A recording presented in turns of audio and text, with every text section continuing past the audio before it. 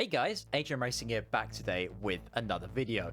So this weekend was the 100th edition of the 24 Hours of Le Mans, and what a race it was. Chaos and drama, rain, crashes from start to end, and as always, the racing was simply spectacular to watch.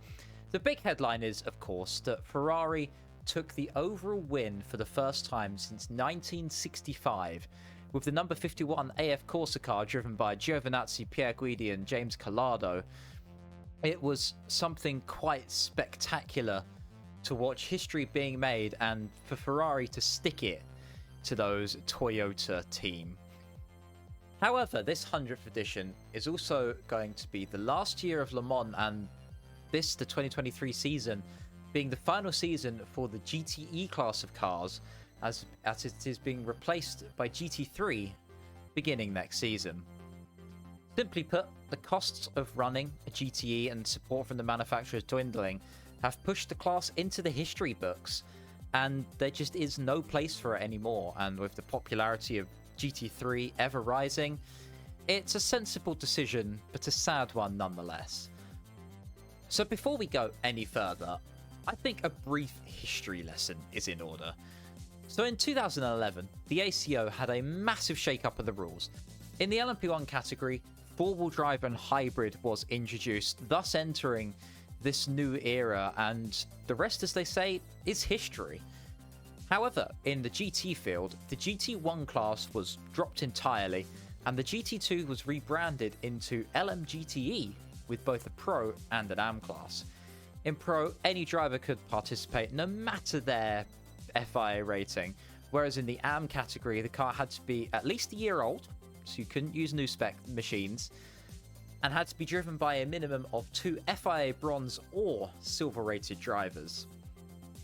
Now, the GTE cars themselves followed on from the older GT2 regulations, so they had to be based on a road-going sports car with 2 doors, which had to be produced and sold to be homologated, with the engine that also had to be used in that production car. In the case of the Z4, the rules were bent slightly, as the Z4 came with a straight 6 but used the V8 from, I believe, the M3 at the time.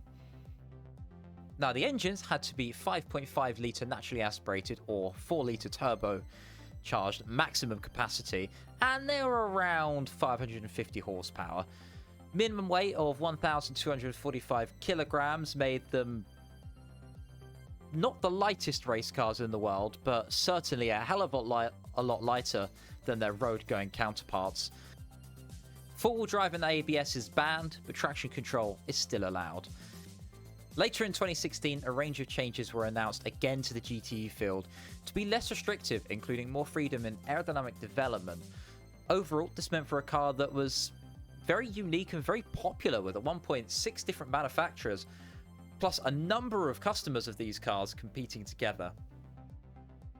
The GTE field would produce some amazing racing with cars that could follow, race, and drivers of similar skill level in cars of very similar but all unique driving styles. The racing was just simply sublime, and this was at a time when the top class in LMP1, especially sort of 2018 and onwards, was getting very stale, with it being practically a Toyota-only class. Having the GTE cars battle gave us something to watch, gave us the excitement, and for a while was the most exciting class in endurance racing.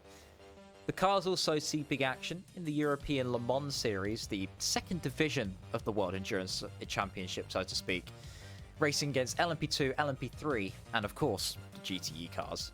Over in the States, GTE found its way into IMSA in 2014 as the GTLM class, and again provided some excellent racing at events like the Daytona 24, Sebring 12 Hour, all of these things. But for 2022, the class was dropped from IMSA, marking the beginning of the end for GTE around the world. Around the same time, the ACO also announced that GTE Pro would be dropped at the end of 2022, leaving only GTE AM for the 2023 season. Shortly followed would be the news that all GTE cars would be replaced by GT3, both in WEC and ELMS for 2024. And this makes me sad because GTE was so amazing because it was just so unique. The cars were hard to drive and spectacular to watch. They sounded heavenly, especially the Porsche 911 RSR, which I've heard in person, and that thing pierces your ears.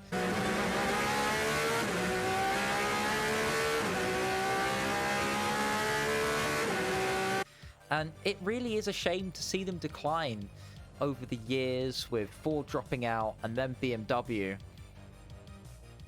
But they gave us a hell of a send-off this time round at Le Mans, with the number 31 Corvette of Nicky Katzberg, Keating and Verone overcoming being 2 laps down and dead last an hour and a half into the race to win by over 2 minutes.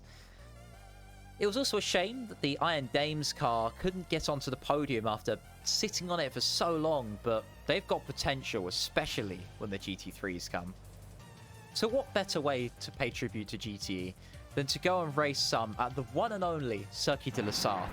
Thanks to URD and Kunos themselves, we can take all 6 of the major manufacturers of Porsche, Ford, Ferrari, Aston Martin, BMW and Corvette, chuck on my VR headset and go and race them even long after they've stopped in real life. And I am going to pick the M8 GTE because, well, it's just mega based, can't lie. Also, the ACO stopped Falcon Horse from entering one this year after they won in the Asian Le Mans series.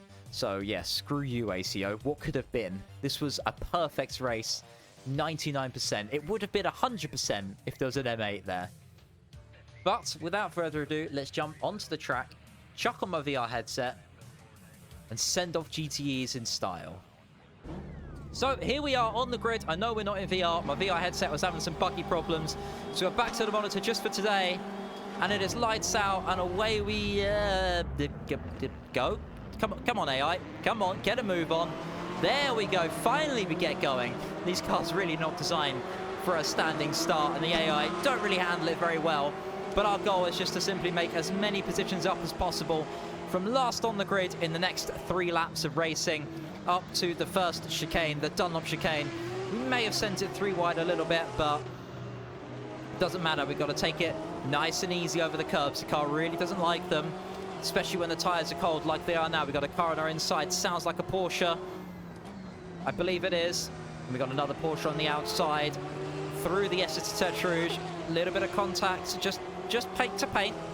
And now up to Tete Rouge itself. Going to turn in nice and early, get on the throttle even earlier. Used all the exit curb, maybe a bit too much. And now onto the Mulsanne straight we go.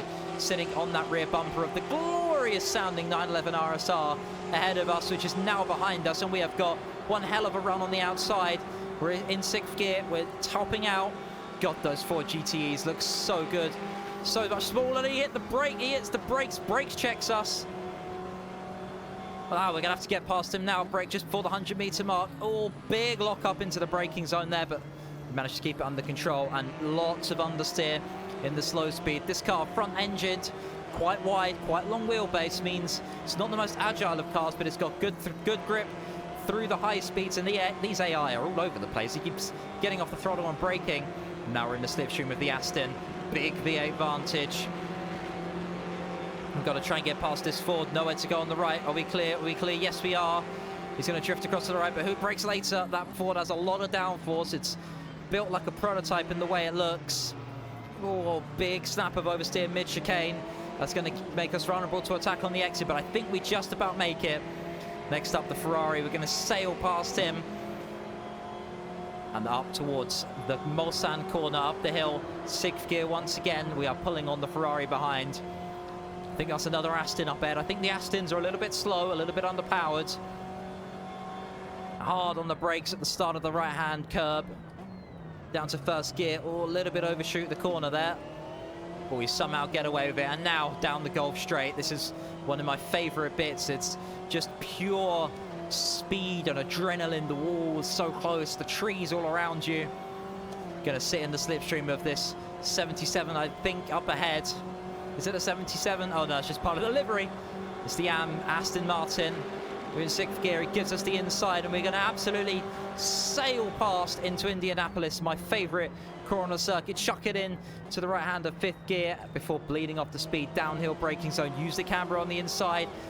Tap of the gravel on the exit, but it's fine. And now Arnage, slowest corner on the circuit. Only place we're going to be using 1st gear, apart from Mulsanne. Navigated successfully, and now up towards the Porsche curves. We should be able to get past this Aston fairly easily. They seem a bit underpowered for some reason with these mods, but nonetheless we get past nice and easily now. Porsche curves. This car should be where this thing shines.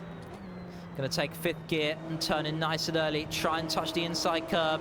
We've got a Corvette and a Ferrari up ahead, but big amount of understeer. So much, in fact, we hit the wall. Luckily, damage is off through Verish de Point into the left-hander at karting coming up now. Got to turn in nice and early, dab of the brakes, back on the throttle. Get a very good exit. We've got a very nice run now on this Corvette, the 64.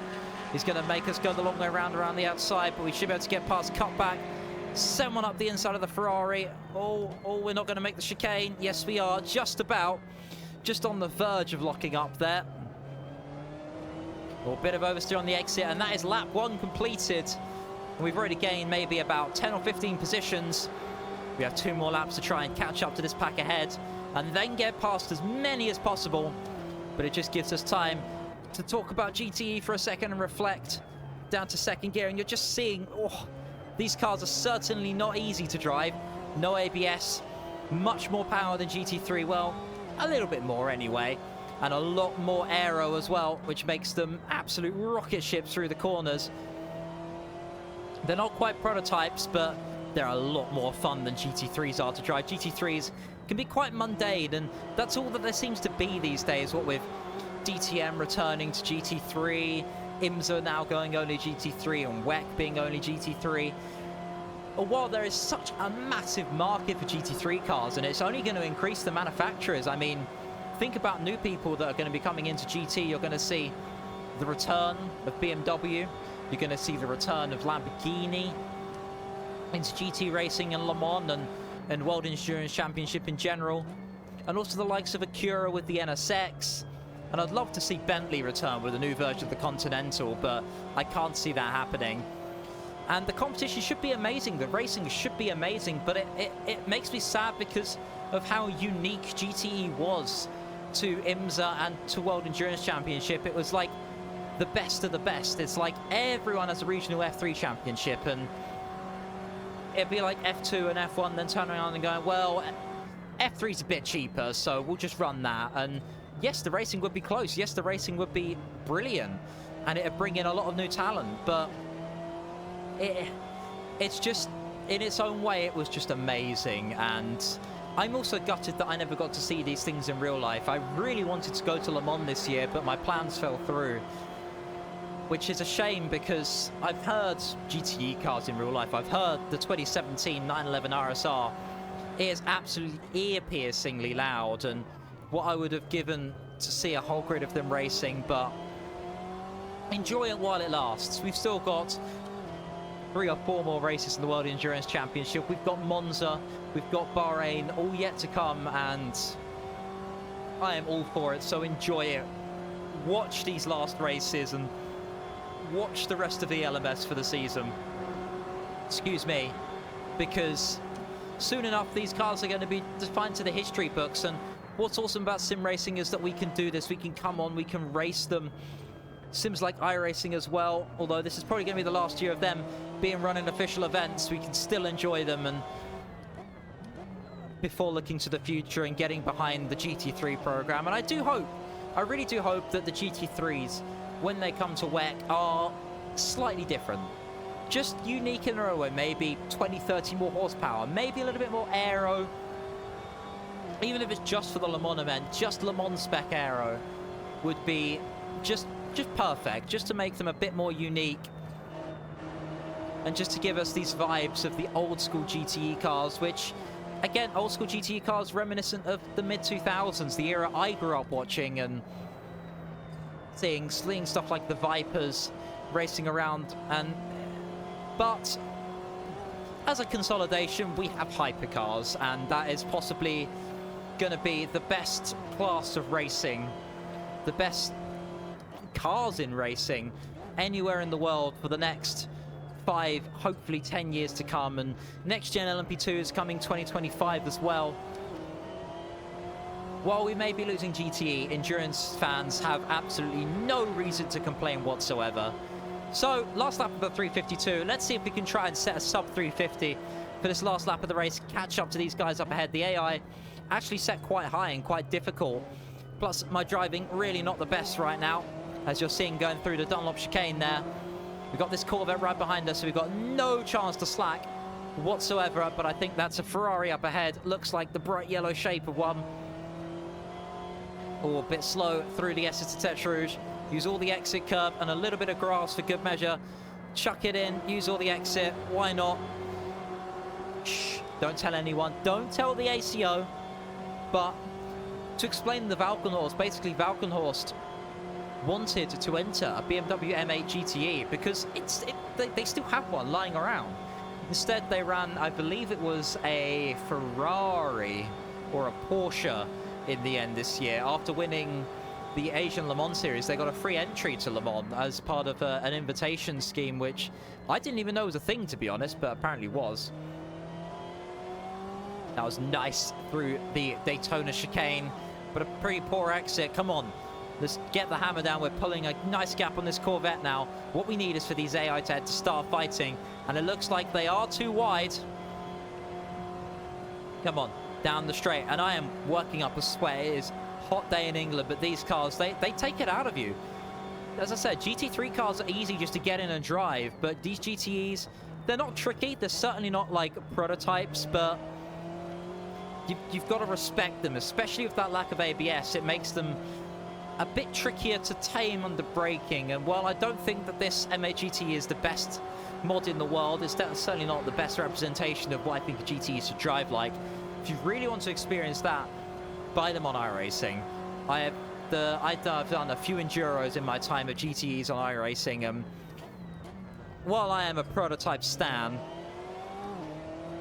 to drive a GTE on the limit is just such a different experience. It's such a raw, visceral experience, and as I said, that's the beauty of sim racing, that we can enjoy these cars for years to come. But anyway, we have half a lap to go, and we are going to enjoy it. Coming up to Indianapolis, 280 Ks, 285 Ks. Let's see how much speed we can carry in. So just tap the brakes, down the gear, back on the throttle, and then hard on the brakes again. Try and get into the camber. Beautiful through there. We got a Corvette up ahead. Come on, we are gaining hard. There's a little bit of a traffic jam. Down to first gear into Arnage. Turn it in early on the throttle. Good exit as well.